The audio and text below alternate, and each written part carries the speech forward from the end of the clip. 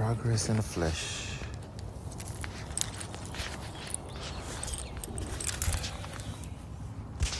So, not too bad. Let's get it. Alright. CV axle. Low control on.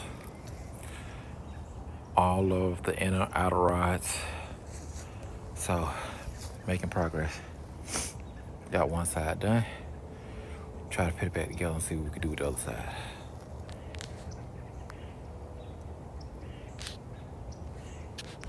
Alright, you guys. So 2 hours by the time I pack up and everything, about 2.5 hours in, I was able to get this whole side.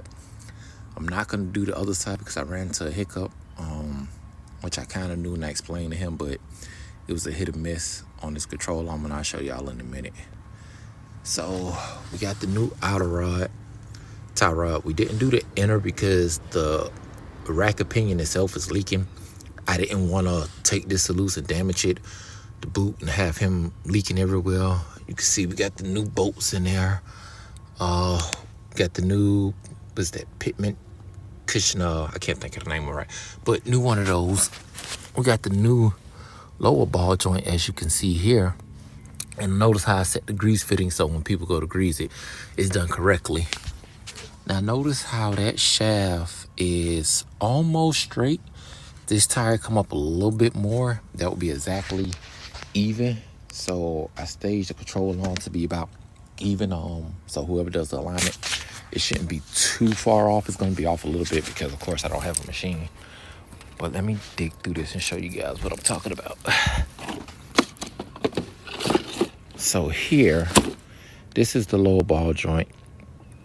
It does not have bolts to be removed. The back side of it is the same way. So you actually have to drill that out, put new bolts in and do all that stuff. And with the car being so old, it's a lot easier just to do the lower control arm, where I didn't get the control arm for the other side.